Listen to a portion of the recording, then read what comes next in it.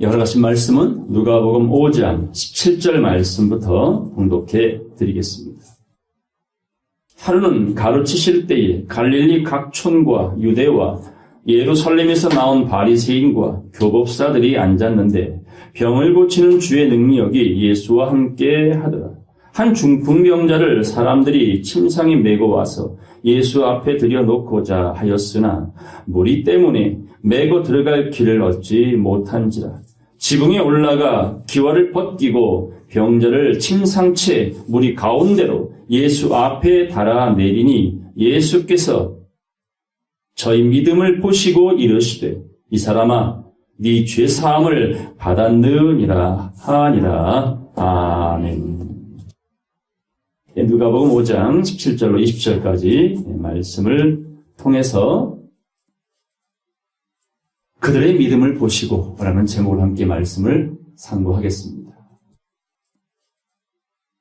어느 초장에 이 소 3마리가 사이좋게 살고 있었어요. 얼룩소, 붉은 소, 검은 소. 서로 의지하면서 도와주면서 아주 자유롭게 살고 있는 그 초장에 그 주변에 어슬렁거리는 사자 한 마리가 있었습니다.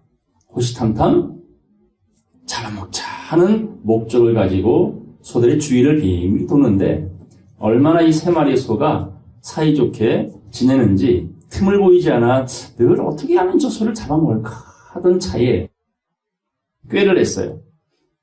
어느 날 한 마리가 약간 떨어져 있길래 그 소 곁으로 갑니다. 야, 얼룩소야. 저 붉은 소가 평소에는 너희들과 잘 지내는 것 같지만은 지난번에 나에게 얘기하더라. 우리 셋 중에 힘이 자기가 제일 세다고. 그래서 어떤 위험이 닥쳐올 때 자기 때문에 우리 소들이 지킴을 받는다고. 그렇게 얘기하더라. 자, 그 얘기 들은 얼룩소 기분이 어떨까요? 지 때문이라고? 실상은 나 때문인데 라는 생각이 떠오른 거야. 그 말을 붉은 수에게 또 검은 수에게 사자는 번갈아 찾아가 같은 말을 반복했습니다. 자, 이 소들이 그때부터는 오해가 쌓입니다. 불신이 쌓입니다. 자그마한 일에 다툼이 일어났습니다. 결국은 뭉쳐 살던 3마리의 소가 따로따로 꼴도 보기 싫다며 등을 돌리기 시작했어요. 자, 그 결과는 어떻게 됐을까요? 네. 사자의 계계대로 한 마리씩 소는 생을 마감했습니다. 믿음이라는 거 쉽게 깨어집니다. 지키기 어려울까요? 깨지기 쉬울까요? 지키기가 어렵고 깨지기도 굉장히 쉽습니다. 따라서 인자가 올 때에 믿음 가진 자를 보겠느냐. 얼마나 많은 사람들이 순교해 가면서 지켰던 이 기독교의 신앙을 지켜내려고 오늘까지도 주여 주여 하며 이 믿음 생활을 합니까? 그런데 주님은 내가 다시 올 때에 다시 온다면 진짜 인정받을 만한 믿음 가진 사람들이 과연 몇 명이나 있을까? 그래서 인자의 때는 롯의 때와 같다고 하신 거 아닙니까? 그 소돔과 고모라 성에 에덴 동산과 비할 정도로 아름다웠던 그 성읍에 의인 10명이 없어서 하룻밤 사이에 사라져 버렸다는 것. 인자의 때도 그와 같으니 바벨탑이 쌓여진 세상 속에 과연 의인이 진리 구하는 사람이 몇 명이나 있겠느냐. 오늘 저와 여러분들은 믿음을 지키는 하나님께 대한 예수 그리스도를 통한 그리고 오늘 깨닫게 해주시는 이 말씀에 대한 의리를 지켜내므로 각자의 구원을 반드시 이루어내기를 간절히 바랍니다. 그래서 너희의 구원을 두렵고 떨림으로 이루어 가라. 부탁을 하신 겁니다. 히브리 말씀 보겠습니다. 히브리서 11장 5절 말씀 보겠습니다. 믿음으로 에녹은 죽음을 보지 않고 옮기웠으니. 자, 에녹이란 사람 그리 오래 살지 못했습니다. 이 세상의 삶은 65세에 무두셀라를 낳고 300년을 동행했으니 365살 살다가 죽음을 보지 아니하고 옮기어졌다. 자, 누가 옮기셨어요? 하나님이 옮겨줬다라는 겁니다. 보겠습니다. 따자, 하나님이 저를 옮기심으로 다시 보이지 아니하니라. 저는 옮기우기 전에 따라서 하나님을 기쁘시게 하는 자라 하는 증거를 받았느니라. 옮겨준 것은 옮기기 전에 하나님 마음을 기쁘게 했던 뭔가가 있었다는 거죠. 뭘까요?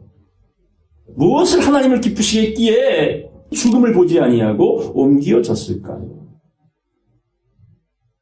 따라서 믿음이 없이는 기쁘시게 못하나니.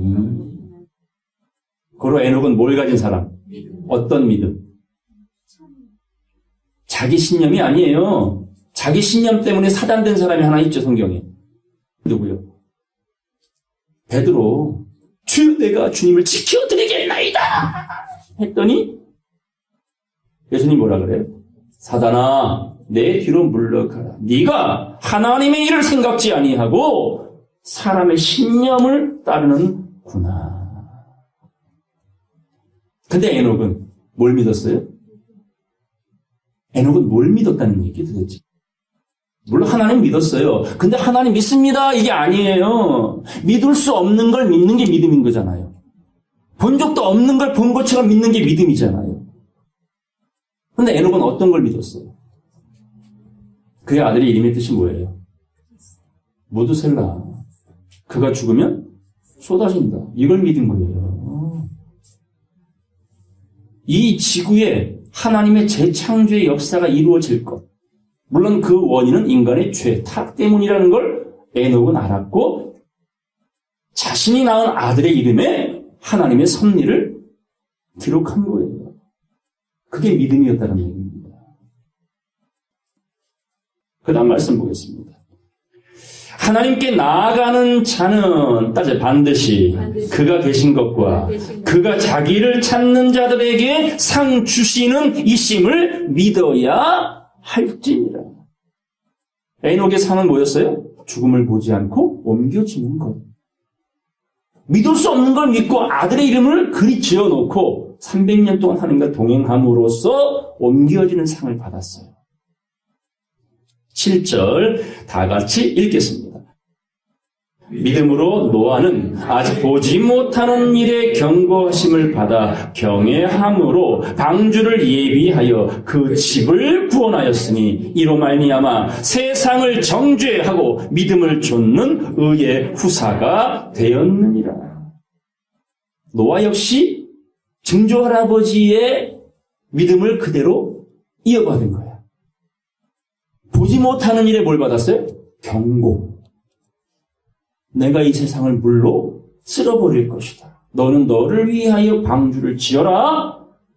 이렇게 지어라. 설계 도면대로 다 준행하였어요. 기간은 거의 7, 80년 세월? 짧습니까? 깁니까? 결코 짧지 않은 세월. 그리고 가만히 몰래 방주만 지은 게 아니었죠. 너는 뭘 전했대요? 의를 전파했다. 의가 뭐라고요? 때에 맞는 말인 거예요.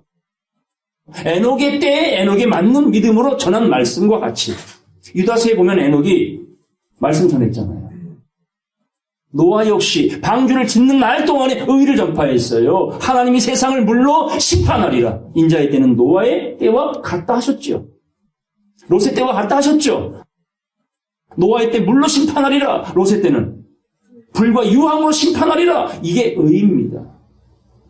그래서 이 세상은 지금 은혜의 메시지가 아니라 책망의 말이 전달되는 시대라는 거예요.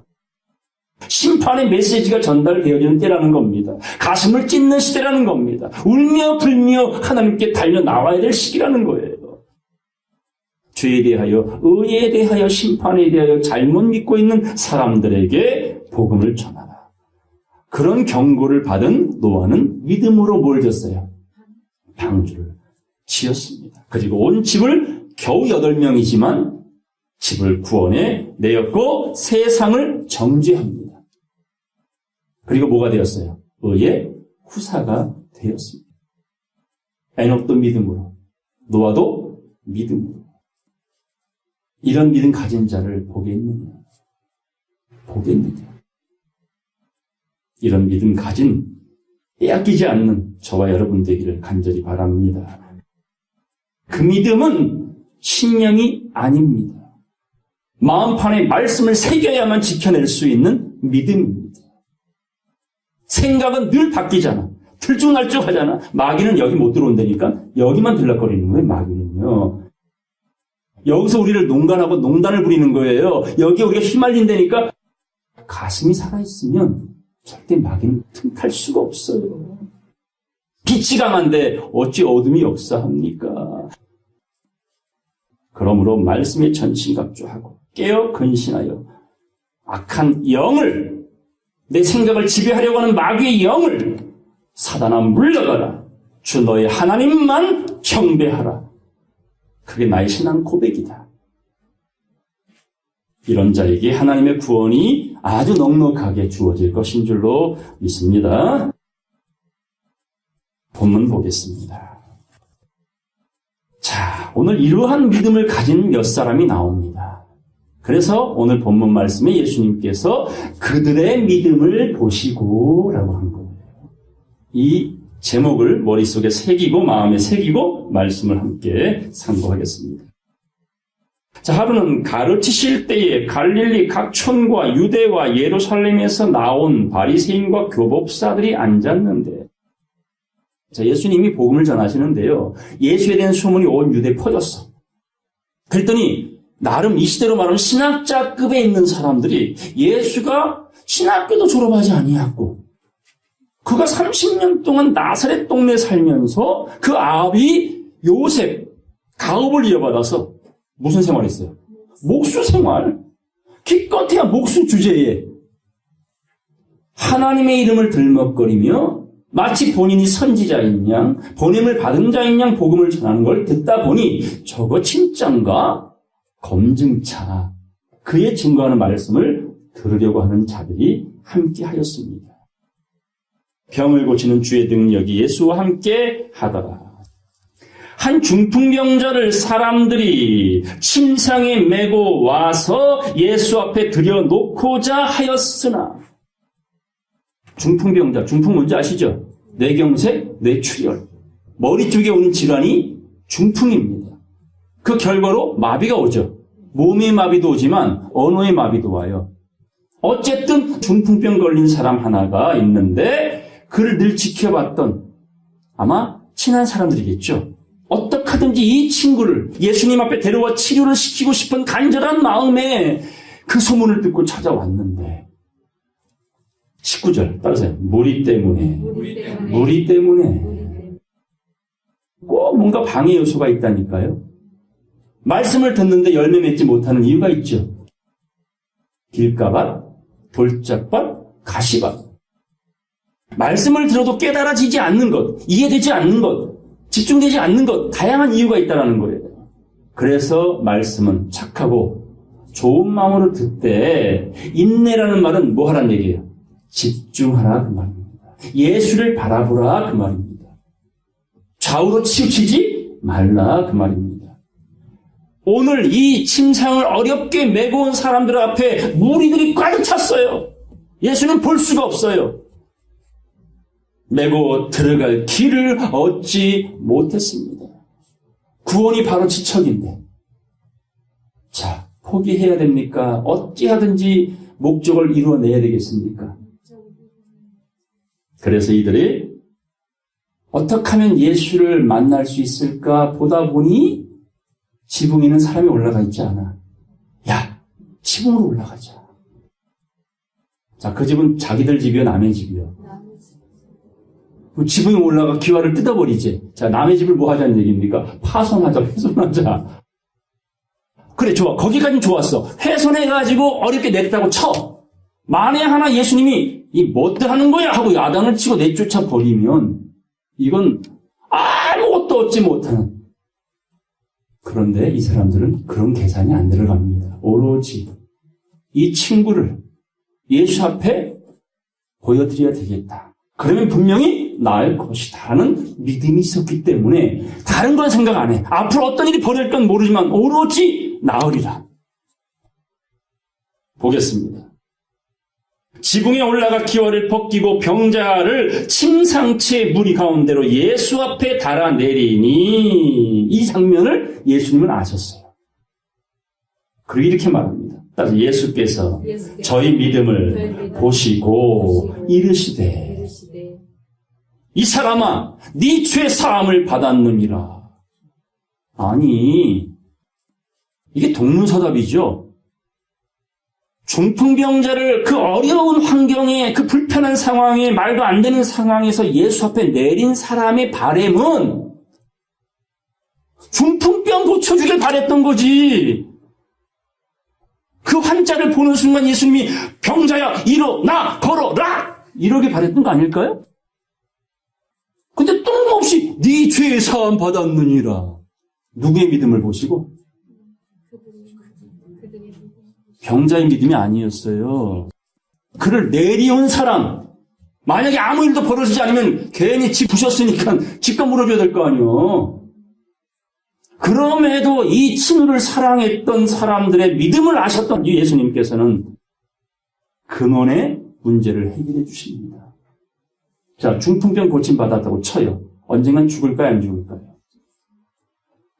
예수님 이 땅에 언젠가 죽을 인생을 위하여 당장 배고픈 거, 병든 거, 무식한 거 가르쳐서 지혜로운 서울대 보내고 하버드 보내려고 오신 거 아니잖아요.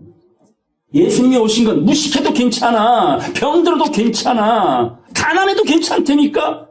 근데 너희 모든 인생이 부유하든 가난하든 건강하든 병들었든 무지하든 유식하든 상관없이 근원적인 문제가 있잖아. 뭡니까 그게? 죄. 그 죄의 문제, 그 근원을 내가 해결해 주려고 왔다. 그 예수의 이름의 뜻이 뭐였습니까? 자기 백성을 그 죄에서 해방시켜 주리라. 그러면 죄의 근원이 뭐였습니까? 죄의 시작이 뭐였습니까? 욕심이잖아요. 그러니 배웠든 안 배웠든 가난하든 부자든 아프든 안 아프든 모든 인생의 공통점은 다 욕심이 있어요. 그래서 욕심이 잉태되면 죄를 낳고 죄가 장성하면 사망한다라는 그 논리 아래 온 지구의 인생들은 종노릇해 왔던 것을 뿌리채 잘라버리겠다고 오신 분이 누구였습니까? 예수 그리스도였습니다. 있습니까? 이걸 믿으셔야죠. 나를 위해 내가 받을 저주를 대신 받아 십자가에 달려 죽으신 예수 그리스도를 나는 믿습니다. 나를 위해 열어놓으신 시장 가운데 나는 들어가기를 믿습니다. 그러면 여러분이 해야 될 구하라, 찾아라, 두드려라. 목마른 사슴이 뭘 찾듯 시냇물을 찾듯 간절히 주를 찾아라. 주의 말씀을 찾아라. 누구처럼? 침상을 내고 온 사람들. 그 믿음 보시고 이 병자에게 말씀하기를 네 죄 사함을 받았느니라. 마태복음 하겠습니다. 마태복음 9장 1절 보겠습니다. 예수께서 배에 오르사 건너가 본 동네에 이르시니 침상에 누운 중풍병자를 사람들이 데리고 오거늘. 따라 예수께서 저희의 믿음을 보시고 중풍병자에게 이르시되 소자야 아이야 안심하라 네 죄 사함을 받았느니라. 이거 똑같은 말이죠, 본문과. 자, 그 다음 말씀 보겠어요. 어떤 서기관들이 그 상황을 보는 거예요. 요즘 말로 신학자들 되는 사람들이 이게 뭔 말하는 거야? 쥐가 뭐라고 죄를 사해? 그 이야기를 합니다. 이 사람이 참남하도다. 예수께서 그 생각을 아시고 가라사대. 너희가 어찌하여 마음에 악한 생각을 하느냐? 아직도 교법사들이, 바리새인들이 예수의 실체를 몰랐던 거예요. 동방바사는 별 보고 예수 찾아왔는데 정작 그리스도가 오리라는 예언을 이미 알고 있었던 헤롯궁의 박사들은 아무도 예수를 영접하지, 알아보지 못했던 겁니다. 예수가 또 묻잖아요. 세상 사람들이 나를 누구라 하더냐? 엘리야라 합니다. 많은 선지자 중에 하나라고 합니다. 이렇게 예수에 대한 오해들이 각 교단별로, 각 교파별로 다 다르게 해석할 때에 그러면 너희는 나를 누구라 알고 있니? 그때 베드로가 주는 그리스도시에 살아계신 하나님의 아들입니다라고 말을 했을 때 이 무식한 베드로에게 예수님이 뭐라고 말씀합니까? 바요나 시몬아, 이것을 너에게 알게 한 이는, 이걸 믿을 수 있도록 깨달을 수 있도록 허락하신 이는 세상의 학식이 아니라 하늘에 계신 내 아버지께서 알게 하셨다. 그러지 못한 잘못된 생각은 마음의 악한 생각이라 주님은 책망을 하십니다. 자, 5절 보겠어요. 네 죄 사함을 받았느니라 하는 말과 일어나 걸어가라 하는 말이 어느 것이 쉽겠느냐. 자, 여러분, 지금 중풍병자 앞에 있어요. 제가 말합니다. 네 죄 사함을 받았느니라. 이게 쉬워요?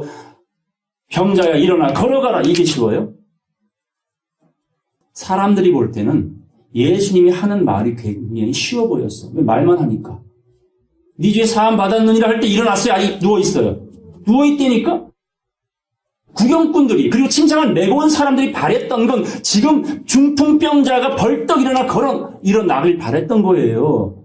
그건 도무지 될 수 없는 일이라고 생각할 수도 있었어요. 그게 진짜 어려운 일이라고 생각할 수 있었는데 예수님 묻죠. 어느 게 쉽겠니?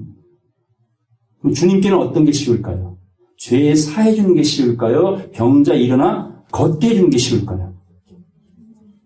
걷게 해주는 게 쉽지요. 왜냐하면 죄 사함 받으라! 용서할 수 있는 권세를 완성하시려면 이후에 예수님 뭘 줘야 돼요? 이게 쉬웠어요? 어려웠어요? 주님이 겟세마네에서 3번 기도했죠. 아버지, 이 잔이 내게서 지나가게 하옵소서. 땀방울이 핏방울 캐도록. 그만큼 어려운 일입니다. 어려웠던 일입니다. 그 다음 말씀이 이렇게 말합니다. 6절 다 같이 읽겠습니다. 시작.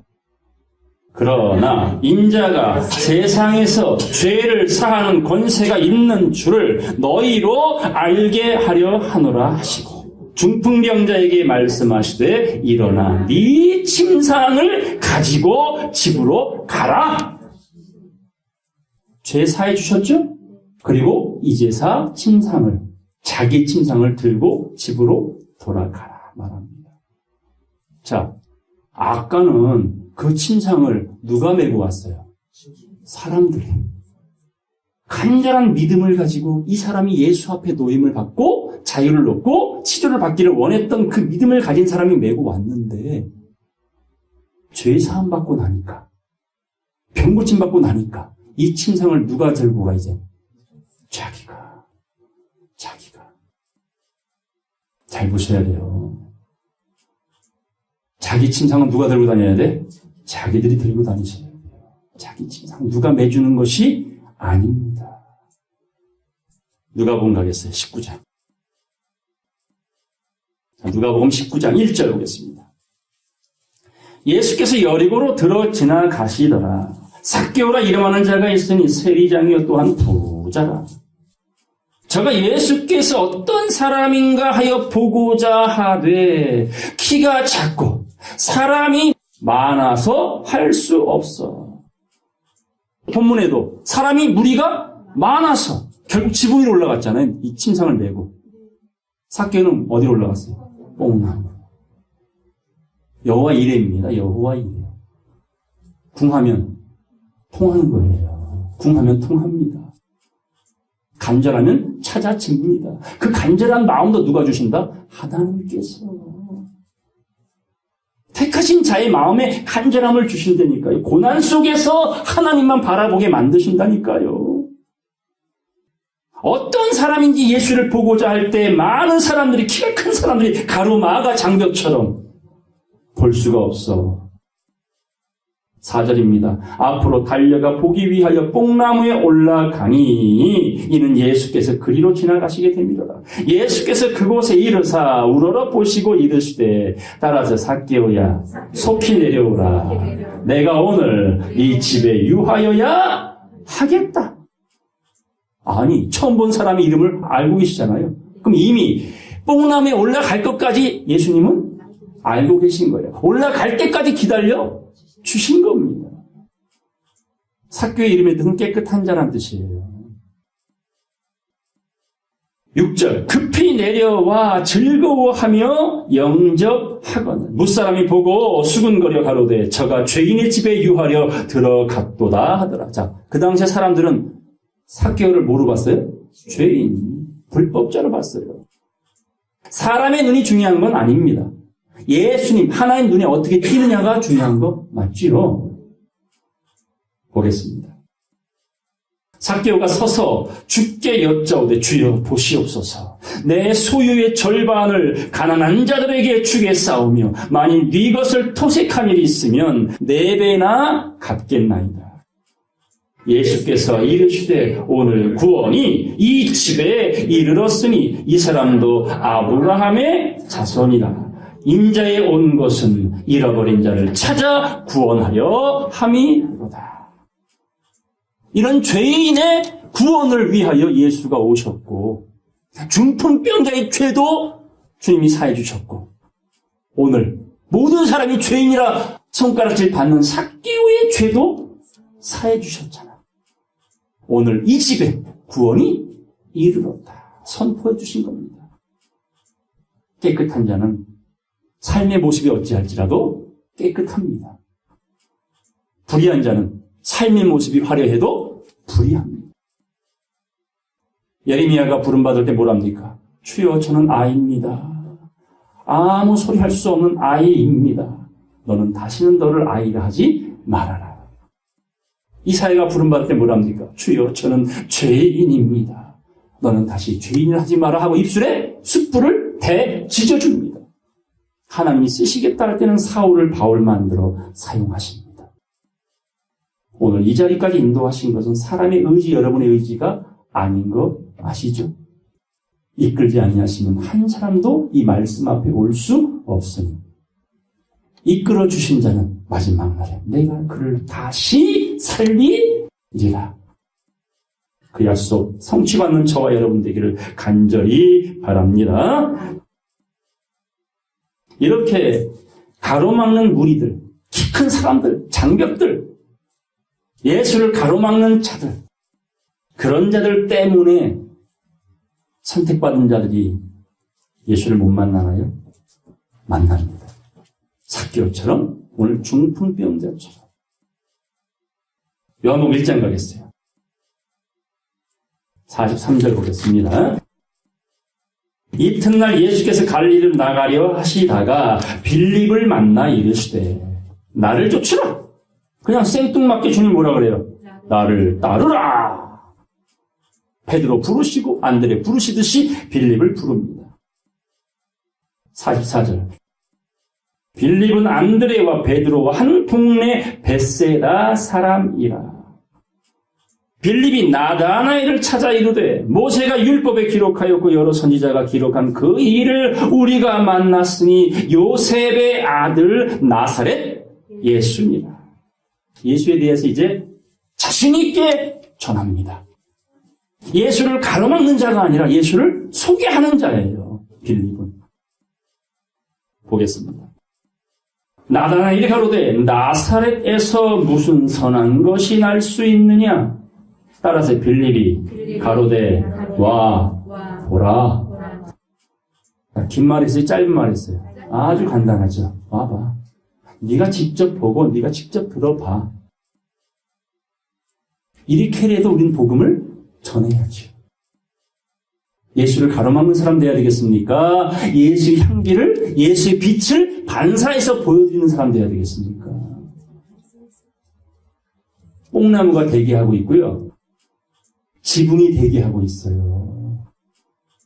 만에 하나 요즘의 중풍병자를 그런 방식으로 치료하려고 했다가는 아무도 치료 못 받아. 왜? 요즘은 지붕이 다 콘크리트 되어 있거든. 어떻게 뚫을게요? 그러니까 그런 준비되어 있는 도구들을 통해서 예수를 보여드리고 만나게 해야지, 진리를 가로막고 예수를 가로막는 종교인들이, 교회들이 얼마나 많습니까? 보겠습니다. 47절. 예수께서 나다나엘이 자기에게 오는 것을 보시고 그를 가리켜 가라사대, 보라, 이는 참 이스라엘 사람이라. 그 속에 간사한 것이 없도다. 자, 나다나엘 속에 뭐가 없어요? 간사하면 누가 떠올라? 뱀, 마귀, 사단. 그런 의식을 배운 사람은 마음을 써요, 머리를 써요? 주로 머리 쓰는 사람들이에요. 머리 쓰는 사람들은 간교해요. 잔머리 많이 굴립니다. 근데 가슴을 쓰는 사람은 순수해요. 간사함이 없단 말은 마음이 준비되어 있는 사람이다. 48절. 나다나엘이 가로되 어떻게 나를 아시나이까? 처음 본 삭개오 이름을 불러주신 예수님, 역시 나다나엘도 이미 알고 계셨잖아요. 말합니다. 예수께서 대답하여 가라사대, 빌립이 너를 부르기 전에 네가 무화과 나무 아래 있을 때에 보았노라. 자, 나다나엘이 어디 아래 있었어요? 맨날 무화과 나무 아래 돛 닦았나요? 이 말의 의미가 뭐예요? 그는 무화과 같은 사람이란 뜻이에요. 그의 삶이 무화과와 같다는 얘기예요. 무화과는 꽃이 있다 없다? 없습니다. 화려하지 않지만, 보잘것은 없지만 늘상 열매를 맺는. 그래서 무화과가 이스라엘 국화입니까? 무궁화는 우리나라의 국화잖아요. 같은 무시야. 이 일맥상통한 일이 많잖아요. 야곱이 뭘 쏘아가지고 형한테 장자권 샀어요? 팥죽. 우리나라 뭐 좋아해? 팥죽 좋아하잖아요. 우리나라 옛날부터 어떤 민족이라고 불렸어요? 백의 민족, 흰옷 즐겨 입는다고. 이스라엘은요, 역시 흰옷 즐겨 입어요. 이 이스라엘과 우리의 역사는요, 아주 유사성이 많습니다. 우리나라도 하나님 믿는 민족 맞습니까? 1만년 역사 속에 천재단 싸움에 하늘을 경외했던, 홍익인간 이와 세계를 주창했던 그런 하늘 민족이었습니다.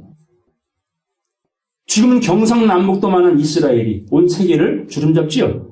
근데 하나님이 미안한 얘기지만 바라바를 선택하는 순간에 그 나라를 버려버렸잖아요. 그들이 믿음대로 유랑생활하게 만들었지요. 그리고 다시 이스라엘을 택합니다. 따라서 그리스도께 속한 자면 곧 아브라함의 자손이라. 곧 이스라엘이라는 얘기예요. 그리스도께 속했다는 말은 예수 그리스도를 믿는 사람이라면 이건 혈통과 상관없이 모두가 영적 아브라함의 자손이니 영적 이스라엘 백성이다. 그 뜻입니다. 이렇게 열려진 거예요. 저 중동 이스라엘은 그냥 모델하우스예요. 모델하우스. 49절. 나다나엘이 가로되 랍비여, 당신은 하나님의 아들이시여, 당신은 이스라엘의 임금이로소이다. 유대인의 왕이로소이다. 동방박사처럼 빌라도처럼 나다나엘 간사함이 없는 자들은 예수를 뭐라고 섬겨요? 나의 왕이시여, 나의 하나님이시여. 이 고백이 그냥 나와요. 그냥 억지 춘향이 아니라 주여 나의 왕이시여. 여러분의 마음도 간사함이 없길 바랍니다. 마음이 넓어지기 바랍니다. 생각은 점점 작게 비워가는 것, 그게 좋은 거예요. 5만 가지 고민하고 살지 마세요. 고민은 어디서 온다고? 욕심에서 와요. 고민은요. 생각해 보세요. 모든 고민은 다 욕심에서, 집착에서 온다니까요. 좀 내려놓으세요. 그리고 이 마음의 폭을 넓히고 높이고 깊이 봐. 그게 혼의 사람입니다. 혼의 사람. 보겠습니다. 50절, 51절까지 다 같이 읽겠습니다. 시작. 예수께서 대답하여 가라사대 내가 너를 무화과 나무 아래서 보았다 함으로 믿느냐? 이보다 더 큰 일을 보리라. 또 가라사대 진실로 진실로 너희에게 이르노니 하늘이 열리고 하나님의 사자들이 인자 위에 오르락 내리락 하는 것을 보리라 하시니라. 자, 이 이야기가 창세기 어디에 나옵니까? 그렇지. 야곱이 형을 속이고 아버지까지 속이고 장자의 축복을 싸그리 받아가지고 도망칠 때 베델에 머물렀지요. 돌베개 베고 잠을 자는 중간에 환상 속에 꿈속에 사드레가 나타났어. 천사가 오르라 내리라. 이건 1층, 2층, 3층이 없어. 그냥 직통이야. 이 말은 뭡니까? 하나님의 계시는 열려졌다. 계시록은 열려졌습니까? 아직도 덮여 있습니까? 열려졌잖아요. 편호인 작은 책이 되어졌잖아요. 그리고 하늘로 내려온 그 천사가 땅을 밟고 바다를 밟고 펴놓은 작은 책을 누구에게 먹으래? 사도 요한에게. 이 작은 책을 갖다 먹어 버려라. 입에서는 입에서 쓰단 말은 성경이 어렵다는 뜻이에요. 아직 이 말씀은 어렵도다 하고 성경 덮어놓는 사람들. 입에서는 꿀보다 손끌보다 더 다나 배에서는 쓰게 되리라. 지키기가 무지무지하게 어렵다라는 거예요. 전에도 안 들어, 책망도 안 들어. 도리어 배척과 미움과 원망이야. 다시는 우리를 안 보려고 그래. 가족을 잃어버리고 친구를 잃어버려요. 복음 전하다 보면요. 그런 핍박이 우리에게는 필요합니다. 왜? 하나님만 바라봐야 되니까. 그리고 여러분이 틀림이 없이 굳건히 서 있어야 언젠가 그들은 흔들림 없는 우리를 보고 이제 너에게 하나님이 함께 하심을 알았노라. 스가랴 8장 말씀처럼. 그리고 유다 백성의 옷자락을 부여잡고 우리도 데려가 주세요라고 하는 날이 온다고 예언되어 있잖아요. 그러니 흔들리지 마시기 바랍니다. 여러분이 머문 그 자리가 라합의 자리가 되어주셔야 돼. 에? 오르락내리락 하는 이 계시의 말씀을 여러분 각자 믿음대로 읽을 때 깨달아지고요. 쓸 때 깨달아지고요. 말씀을 들을 때 더 깨달아지고 번개같이 재림하시는 예수의 영을 경험하게 된다. 나다나에라. 이것이 더 큰 일이란다. 간사함이 없는 자에게 이런 복의 말씀을 주시지 않습니까? 누가복음 7장입니다. 36절입니다. 한 바리새인이 예수께 자기와 함께 잡수시기를 청하니, 자, 바리새 지도자가 예수를 불러 식사 대접을 합니다. 이에 바리새인의 집에 들어가 앉으셨을 때에 그 동네에 죄인인 한 여자가 있어 예수께서 바리새인의 집에 앉으심을 알고 향유 담은 옥합을 가지고 왔어요. 자, 옥합을 깨뜨린 사람 여러분 잘 아는 사람 하나 있죠? 나사로의 동생, 마르다의 동생 마리아도 향유를 깼는데 또 이 여인도 향유를 깹니다. 옥합을 깹니다. 예수의 뒤로 그 발 곁에 서서 울며 눈물로 그 발을 적시고 자기 머리털로 씻고 그 발에 힘 맞추고 향유를 부으니. 참 이상한 사람들의 취미야. 향유를 바르다가 헌금을 해버리지. 꽃게 가지고 발에 붓고 머리칼로 또 발을 씻어주고 그 발에다 뭘도 맞춰? 입도 맞춰. 이런 장면이 도대체 우리에게 무엇을 주시는 겁니까? 깨달음을. 39절입니다. 예수를 청한 바리새인이 이것을 보고 마음에 이르되 이 사람이 만일 선지자라면, 예수가 만일 선지자라면 자기를 만지는 이 여자, 창녀예요, 이 여자가요. 이 여자가 누구며 어떠한 자고 죄인인 줄을 알았으리라. 예수님 아실까요? 모를까요? 알죠. 죄인인 거 알죠. 막달라 마리아인 거 알죠. 7마귀 들었던 여자인 거 알죠. 나음을 받았거든. 너무 감사하거든. 그러니 옥합이 필요가 있어 없어? 나의 전부, 나의 남편, 하나님, 주님, 당신께 이 모든 걸 드립니다. 그리고 그의 옥합을 깨뜨리고 예수의 발을 머리털로 씻고 입 맞췄다는 얘기는 무슨 뜻이라고요? 머지않은 시간에 예수님은 십자가 위로 그 발이 들려 올라가시니 공생애가 맞춰질 것입니다. 그때 주님이 우리에게 말하지요. 세상 끝날까지 내가 너희와 함께 하리니 너희도 나의 증인이 되어라. 그거에 대한 신앙 고백이 바로 발에다가 향유를 붓고, 말씀의 향유예요. 자기 머리털, 깨달음의 머리털, 믿음의 머리털을 가지고 발을 닦아드리죠. 그리고 뭘 맞췄어? 입 맞춤. 입이란 말은 뭐예요? 대언하겠다.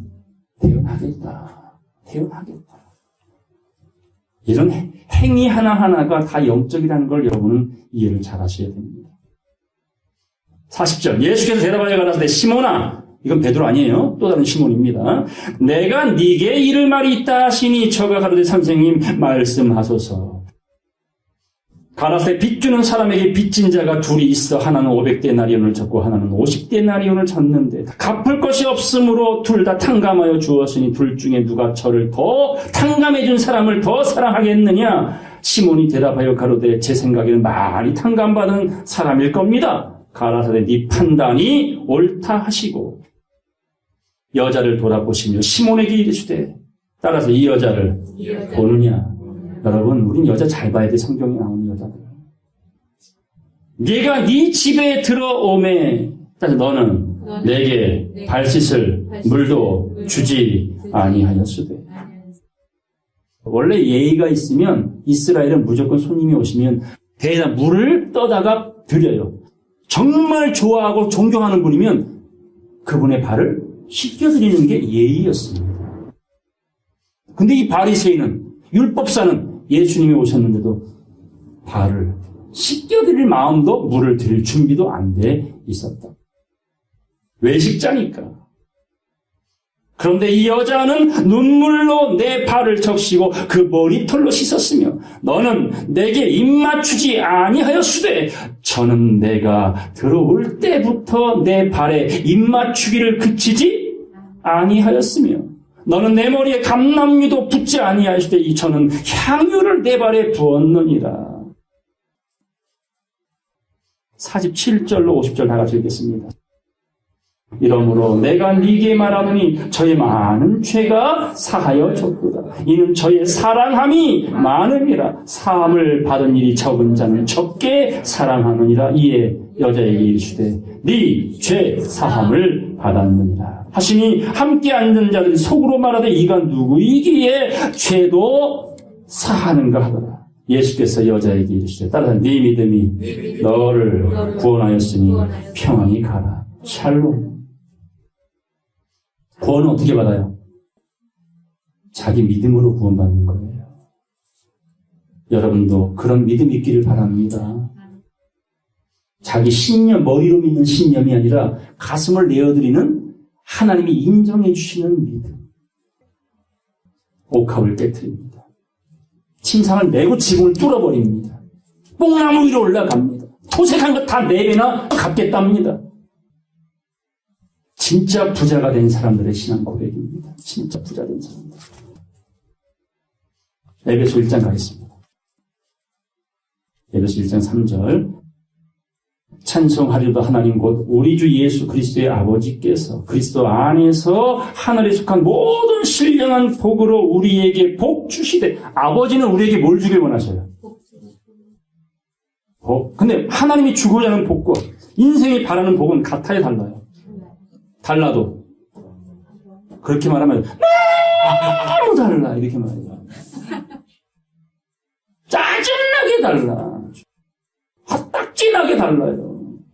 그러니까 소통이 안 되죠. 저분하고 인간이. 탐욕의 물이 아닙니까? 똥덩어리 아닙니까? 그걸 지고 예수님이 십자가상에 오물을 뒤집어 쓰고 가신 거 아닙니까? 이런 신령한 복으로 우리에게 복 주시되 곧 창세 전에 그리스도 안에서 우리를 택하사 우리로 사랑 안에서 그 앞에 거룩하고 흠이 없게 하시려고 그 기쁘신 뜻대로 따라서 우리를 예정하사 예수 그리스도로 말미암아 자기의 아들들이 되게 하셨으니. 우리를 뭐가 되게 하셨다고요? 하나님의 아들들이 되게 하셨대요. 응? 욥기서 38장 말씀이 뭐가 나옵니까? 새벽별들이 노래한다 그러죠. 천지 창조할 때 하나님의 아들들이 몸뚱아리가 우리가 아니고 6, 70년, 80년 살아오면서 배웠던 그 나의 존재가 내가 아니고 여러분의 영혼은 언제부터 있었다고요? 창세 전부터. 천지창조 이루어질 때부터 하나님과 함께 있었던 거예요. 영겁의 세월을 통해 늘 변화되어 오늘까지 왔고 이제서야 껍데기 내가 아니라 내 안에 있는 영혼이 나라는 사실을 하나님 안에서 예수 그리스도 안에서 말씀 안에서 찾아가고 발견해가고 있으니 이제 머지않은 장래에 이 땅에 이루어진 그리스도의 나라에 하나님 우리를 왕 같은 제사장이 되라. 보겠습니다. 이는 그의 사랑하시는 자 안에서 우리에게 거저 주시는 바 그의 은혜의 영광을 찬미하게 하려는 것이라. 우리가 그리스도 안에서 그의 은혜의 풍성함을 따라 그의 피로 말미암아 구속 곧 죄사함을 받았으니. 오늘 예수님이 중풍병자를 만났을 때 첫 마디가 뭐였다고요? 네 죄 사함을 받았느니라. 근데 모르는 사람은 악한 마음을 품습니다. 죄 사할 권세는 하나님만 있는 건데 쥐가 하나님인 거야 하고 오해합니다. 그때 주님은 악한 생각을 품지 마라. 내가 근본 하나님의 본체니라. 그리고 너희들에게 내가 온 것은 병자를 고치는 저런 이벤트가 아니라 근본의 죄를 없이 하려고 왔음을 알게 하려 함이라. 그 말씀인 겁니다. 그의 피로 말미암아 구속 곧 죄 사함을 받았으니. 자, 8, 9절 다 같이 읽겠습니다. 10절까지 시작. 이는 그가 모든 지혜와 총명으로 우리에게 넘치게 하사 그 뜻의 비밀을 우리에게 알리셨으니 곧 그 기쁘심을 따라 그리스도 안에서 때가 찬 경륜을 위하여 예정하신 것이라. 하늘에 있는 것이나 땅에 있는 것이 다 그리스도 안에서 통일되게 하려 하심이라. 여러분, 이 세상은 통일됩니다. 남북한이 통일이 아니에요. 이 지구별에 나뉘었던 의식들이 말씀 안에서 한 영이 되어지는 날이 올 겁니다. 그게 바알에게 무릎 꿇지 아니한 7,000명이에요. 몰랐기 때문에 엘리야가 뭐라고 기도했어요? 몰랐으니까 그 말했던 거예요. 나만 나이다. 바알에게 무릎 꿇지 아니한 자들이. 그러니 주님 살 맛이 안 납니다. 내 생명도 거두어 가시옵소서 했을 때에 아니다.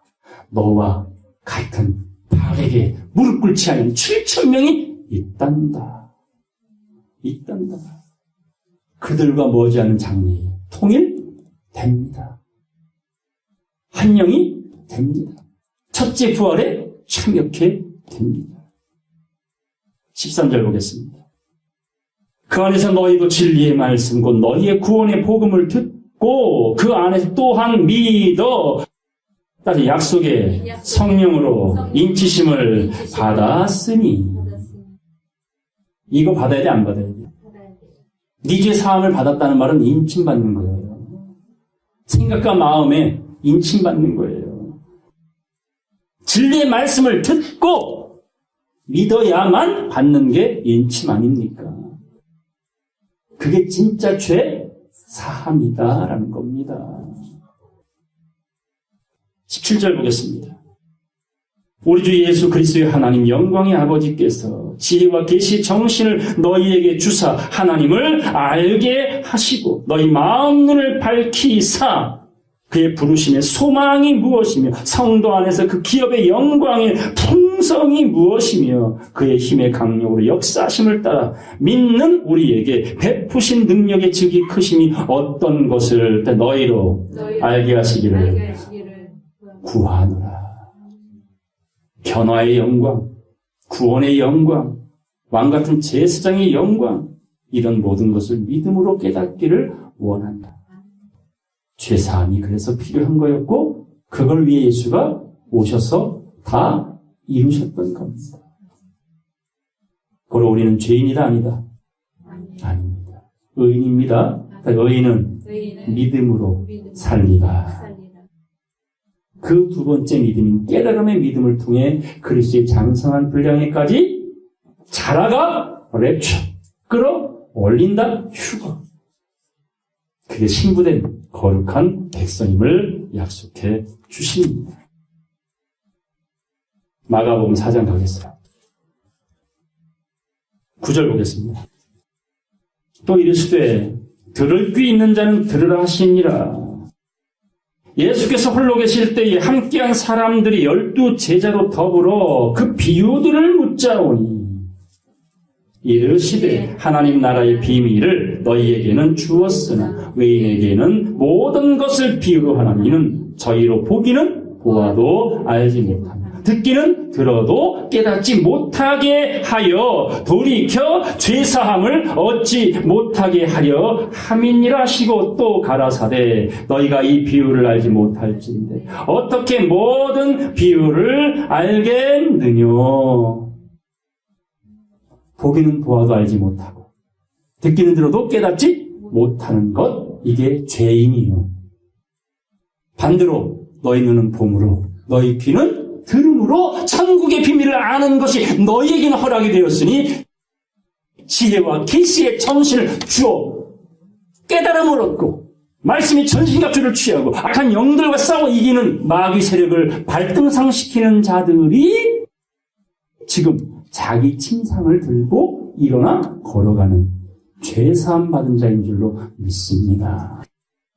이게 진짜 죄사함이에요. 깨닫지 못하면, 보지 못하면, 듣지 못하면 죄사함 없기에 다 죄인인 거예요. 예수님 다시 재림하신다는 말씀을 히브리서 이렇게 말하죠. 죄와 상관 없이 나를 바라는 자들에게 두 번째 나타나시리라. 깊이 생각해 보십시오. 이 말의 의미가 무엇인지.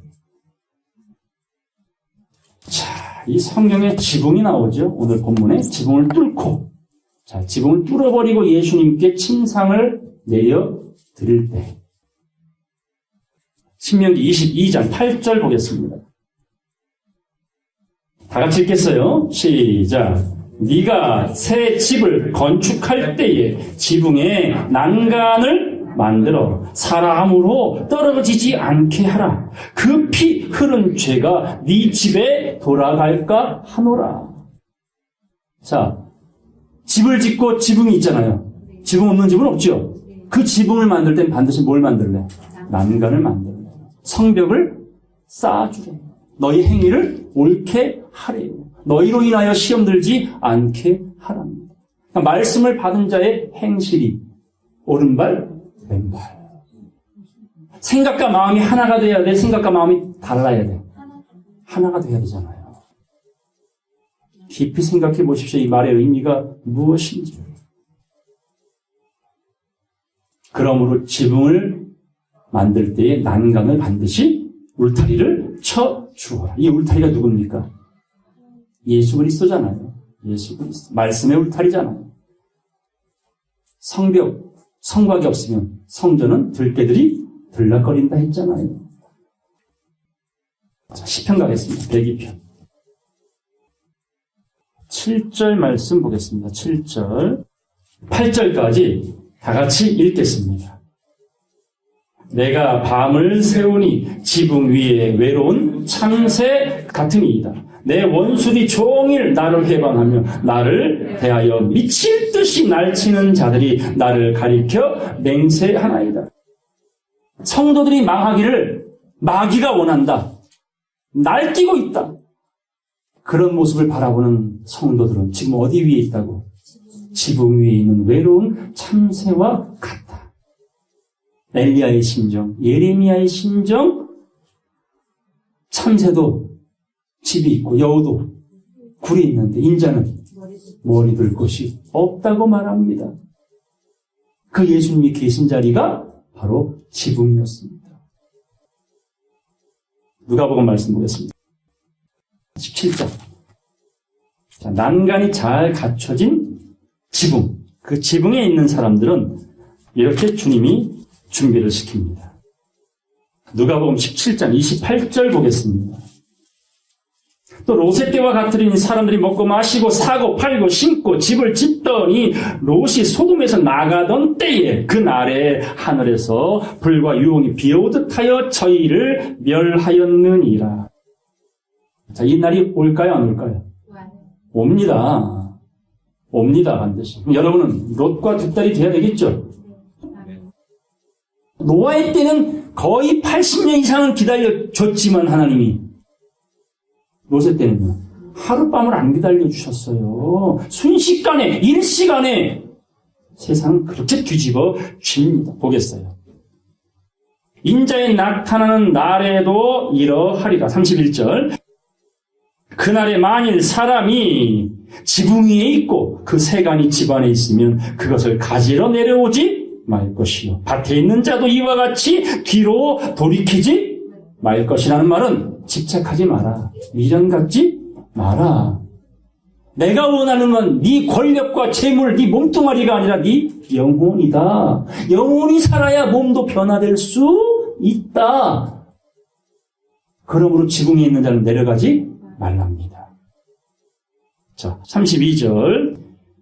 롯의 철을 생각하라. 무릇 자기 목숨을 보존하고자 하는 자는 잃을 것이요 잃는 자는 살리리라. 내가 너희에게 이르노니 그 밤에 두 남자가 한 자리에 누워 있음에 하나는 데려감을 당하고 하나는 버려둠을 당할 것이요 두 여자가 함께 맷돌을 갈고 있으면 하나는 데려감을 당하고 하나는 버려둠을 당할 것이다. 남을 것입니까? 데려감을 받으시겠습니까? 자, 남은 자는 뭐가 없어 남았어요? 뭐가 없어 버려졌어요? 기름. 미리한 5처녀. 근데 지혜로운 5처녀는 기름이 있어서, 밝혀서, 환하게 보여서, 자기 얼굴을 당당히 보여줘서 그 5명은 주님께 들림을 받습니다. 지붕 위에 올라가라. 살리기 위해 내렸으나 예수님이 계신 그 자리가 지붕입니다. 땅이 아니라 지붕입니다. 위에서 내려온 자, 인자 위에 있는 하늘에 올라간 자가 없다고 하신 그 예수님이 계신 자리가 가장 높은 자리에 오늘 중풍병자를 내렸던 겁니다. 시편 63편 말씀 보겠습니다. 1절입니다. 하나님이여 주는 나의 하나님이시라. 내가 간절히 주를 찾되 물이 없어 마르고 곰핍한 땅에서 내 영혼이 주를 갈망하며 내 육체가 주님을 앙모하나이다. 꼭 이 세상과 같아요. 물이 없어 마르고 우상이 미친 땅, 가뭄이 든 땅, 세상이 온통 미쳐 돌아가는 세상. 부모가 자식을 죽이고 친구가 친구를 죽이고 참담한 일들이 벌어지는 인륜이 완전히 무너져버린 세상, 천륜도 무너져버린 세상에서 이 밀실과 이 골방에서 여러분이 무엇을 회복해야 됩니까? 2절. 내가 주의 권능과 영광을 보려 하여 이와 같이 딸의 성소에서 주를 바라보았나이다. 여러분이 머문 자리가 성전이 되길 바랍니다. 여러분이 머문 어느 자리든 그 자리가 귀신의 처소, 바알세불, 똥집이 아니라 베들레헴 혹은 예루살렘, 주님이 함께 거하시는 거룩한 성전이 되어 주님만 바라보는, 그리고 주님께 바라봄을 받는 거룩한 성도가 되기를 간절히 바랍니다. 주의 인자가 생명보다 나음으로 내 입술이 주님을 찬양할 것이라. 이러므로 내 평생에 주님을 송축하며 주의 이름으로 인하여 내 손을 들리이다. 골수와 기름진 것을 먹음과 같이 내 영혼이 말씀으로 깨달음으로 만족할 것이라. 내 입이 기쁜 입술로 주님의 발을 끊임없이 입맞추리라. 보세요. 예수님이 그 집에 들어갈 때 여자가 계속 뭐 했대? 예수님 발에다가 이러고 다녔다는 얘기 아니에요. 이거 말이 됩니까? 그렇게 표현하신 건 주야로 여호와의 말씀을 묵상하고 쉼 없이 때를 얻든지 못 얻든지 그 입술로 주의 복음을 전해라. 그 기쁜 입술로 주님을 찬송하되 6절, 7절까지 다 같이 읽겠습니다. 내가 나의 침상에서 주를 기억하며 밤중에 주를 묵상할 때에 하오리니 주는 나의 도움이 되셨습니다. 내가 주의 날개 그늘에서 즐거이 부르리이다. 다윗이 어디에서 찬양했어요? 자기의 침상에서. 오늘 그 침상을 친구들이 메고 왔죠? 나중에는 온전한 죄사함을 받은 자가 그 침상을 들고 가잖아요. 오늘도 여러분이 각자 들고 가길 바랍니다. 거기가 성소예요. 거기가 주님을 찬양할 처소예요. 욥기 말씀 보겠습니다. 33장 14절 말씀 보겠습니다. 14절. 사람은 관심 없이 여겨도 하나님은 한 번 말씀하시고 다시 말씀하시되 사람이 침상에서 졸며 깊이 잠들 때이나 꿈이나 밤의 이상 중에 따라 사람의 귀를 여시고 인치듯 교훈하시나니 이게 죄사함 받았다라는 말씀인 거예요. 생각과 마음이 할리받는 거예요. 이게 죄사함 인치듯 교훈하시는 겁니다. 따라서 이는 사람으로 그 꾀를 버리게 하려 하심이며 사람에게 교만을 막으려 하십니다. 내버려두면 교만해지거든. 꾀는 마음이 내요, 머리가 내요? 잔꾀는 머리가 내요, 마음이 내요? 머리가 내거든. 그 꾀를 막으시려고. 그래야 살 수 있거든. 머리 쓰다가 망한 사람 많지, 성경에? 마음 쓰세요. 중심을 보이세요, 하나님 앞에? 그는 사람의 혼으로 구덩이에 빠지지 않게 하시며 그 생명으로 칼에 멸망치 않게 하시느니라. 19절입니다. 혹시는 사람이 병상의 고통과 뼈가 늘 수심의 징계를 받나니 오늘 병상이 침상 아니었어요? 침상을 들고 가기 전까지는 중풍병자에게 그 침상은 무슨 상이었어? 밥상? 병상이었잖아요. 병상이 뭐로 바뀌어요? 들고 가면 편히 쉴 수 있는 침상이 되는 거예요. 여러분 자리가 병상입니까? 침상입니까? 안식처입니까? 좌불안석입니까? 그의 마음은 식물을 싫어해. 말씀 싫어. 듣기 싫어. 그의 혼이 가슴에 가슴, 마음. 별미를 싫어하며 그의 살은 파리하여 보이지 아니하고 보이지 않던 뼈가 드러나서 에스겔 골짜기에 던져지기 직전인 거야, 이게. 마른 뼈다구들처럼. 그의 혼이 구덩이에 그의 생명이 멸하는 자에게 가까워지느니라. 그럴 때에 만일 1,000천사 가운데 하나가 그 사람의 해석자로 함께 있어서 그 정당히 행할 것을 보일진대 하나님이 그 사람을 긍휼히 여기사 이르시기를 그를 건져서 구덩이에 내려가지 않게 하라. 내가 대성물을 얻었다 하십니다. 그런즉 그 살이 어린아이보다 연하여져서 소년 때를 회복할 것이요. 그는 하나님께 기도함으로 하나님이 은혜를 베푸사 그로 자기의 얼굴을 즐거이 보게 하시고 사람에게 그 의를 회복시키시느니라. 이게 변화의 날이에요.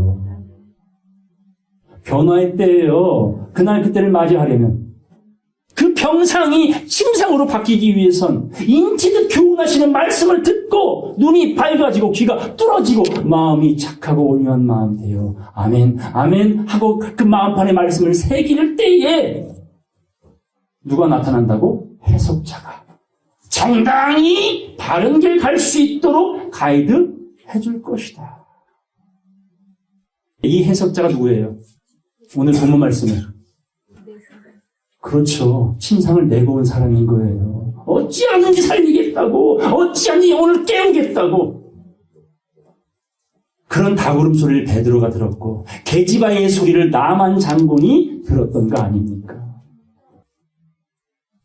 이사야 말씀 보겠습니다. 57장. 이사야 57장 1절로 2절까지 다 같이 읽겠습니다. 의인이 죽을지라도 마음에 두는 자가 없고 자비한 자들이 취하여 감을 입을지라도 그 의인은 화액전에 취하여 감을 입은 것인 줄로 깨닫는 자가 없도다. 그는 평안에 들어갔나니 무릇 정로로 행하는 자는 자기들의 침상에서 편히 쉬느니라. 아멘. 오늘 이 중풍병자 뇌질환 때문에 평생 마비에 꼼짝 못했던 사람이 치료받고 나니까 이제 뭐합니까? 멀쩡한 몸으로 일어나 자기 침상을 들고 자기 집으로 돌아갑니다. 정노를 행하는 자는 어디서 쉰다고요? 자기들의 침상에서 쉽니다. 예수 믿고 돌아가신 영혼들도 어디에 쉰다? 자기들의 침상에서. 예수 믿지 않고 돌아가신 영혼들은 어디에 있더라?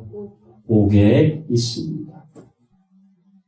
오늘 예수 믿는 여러분도 각자의 자리가 병상이 아니라 인치듯 교훈받아 깨달아짐으로 그 자리가 달리다금 일어나 걸어라 달리다금 걸어다니면서 하나님 말씀을 대언할 수 있는, 그분의 발에 계속 입 맞출 수 있는, 거룩한 기름을 부어낼 수 있는, 끊임없이 공급할 수 있는, 머리가 너무 자라서 그 머리카락으로 예수의 발을 늘 닦아드리며 주여 염려하지 마소서, 세상 끝날까지 주의 증인이 되겠나이다. 이게 중풍병자를 메고 온 친구들이나 이제 자기의 침상을 메고 돌아간 중풍병자의 신앙 고백입니다. 마지막 말씀 보고 마치겠습니다. 시편 118편입니다. 6절 보겠습니다. 9절까지 다 같이 읽고 마치겠습니다. 여호와는 내 편이시라. 내게 두려움이 없나니 사람이 내게 어찌할꼬. 여호와께서 내 편이 되사 나를 돕는 자 중에 계시니 그러므로 나를 미워하는 자에게 보응하시는 것을 내가 보리로다. 여호와께 피함이 사람을 신뢰함보다 나으며 여호와께 피함이 방백들을 신뢰함보다 나았도다. 아멘. 하나님은 내 편이시요. 그리고 나를 돕는 자 중에 하나님은 함께 하시기에 그 중풍병자에게도 하나님은 편이셨고 그 중풍병자를 도와주고 있었던 메고 온 사람들도 하나님이 함께 하셨던 성도들입니다. 세상은요, 비록 닭같이 생긴 우리들의 모습이지만 우리의 소리를 기다리고 있습니다. 꽃기요 하는 순간에 회개할 자들이, 제산 받을 자들이 분명 있을 겁니다. 이런 귀한 사명 감당하여 그 믿음을 보시고 너희 믿음을 보시고 세상이 바뀌고 너희 믿음대로 죄사함을 받고 네 믿음이 너를 구원했다라는 그 변화의 약속을 당당히 자기 것으로 믿음대로 쟁취하는 저와 여러분 모두가 되시길 주의 이름으로 간절히 축원합니다. 말씀 마치겠습니다.